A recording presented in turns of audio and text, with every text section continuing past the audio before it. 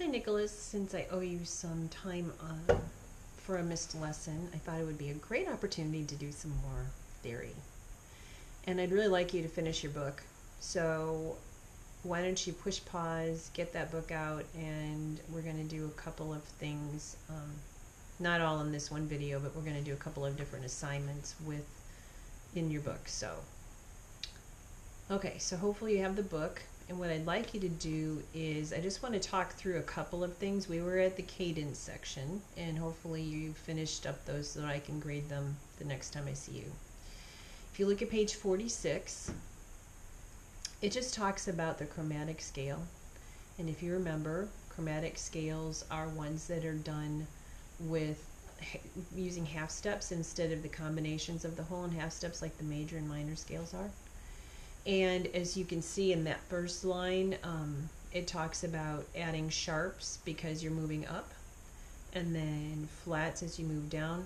This page is going to be fairly simple for you, but I would like you to work on making them the passages chromatic, and then try to play. You've already played the Für Elise, but play the examples. You don't have to do hands together unless you feel very brave, which would be a good thing to try, but you can just work on where the chromaticism is, and you'll notice that because that's where you're going to be seeing the accidentals. Then I'd like you to do the next page, 47, which is just pretty much just a read through. We've used the word ostinato before, and this will be a chance for you to practice seeing how ostinatos were used in a little bit harder music, a little more complicated. Remember back we introduced that idea in the Aqua book, 3A. When we were doing the Sakura, the Japanese piece. So just go through that and see if you have any questions on that. You can ask me when you come the next time. And then page 48 talks about ornaments. Now we haven't done a lot with ornaments. We talked a little bit about them in the Baroque music that we did, and I can't remember if we added them.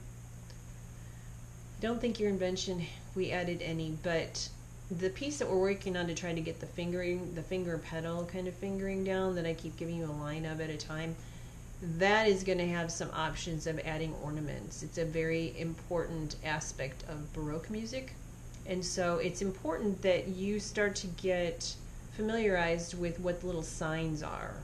And so you'll see the trill isn't necessarily just Baroque, it's something that's used in romantic music. You'll see that even in music today.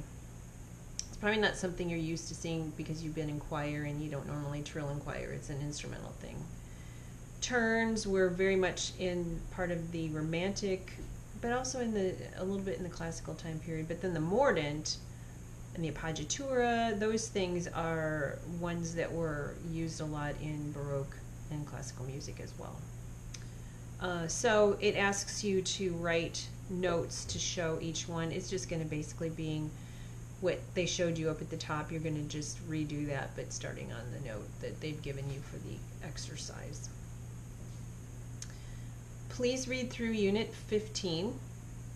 You're going to see as you get into more advanced music that you're going to be seeing these different ideas. I use the word motive. Maybe you're going to notice it, maybe you don't. But it's important structural part of understanding the form of a piece. And these particularly are things that you see a lot in like Baroque music, like the Bach things that you play. He was an expert at using imitation and sequence and that kind of thing.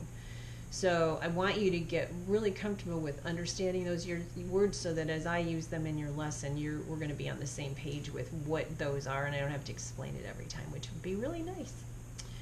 We may have gone over Unit 16, the sonatina form. We're going to do more with that as we study a sonata or a sonatina coming up.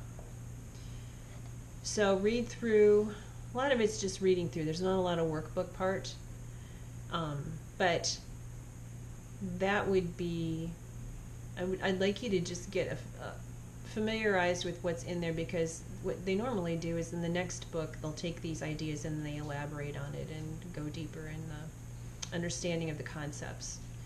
So if you could, work on those pages so that we can discuss them. If there's anything that you have questions about, you don't understand, then just off to the side on either of the edges on the page, put a question mark, and that way you can ask me at the beginning of your next lesson, and we'll see if we can get clarification. But these are all important things that should become easier for you and should be part of your musical vocabulary. So work on those, and we'll go over them next time I see you.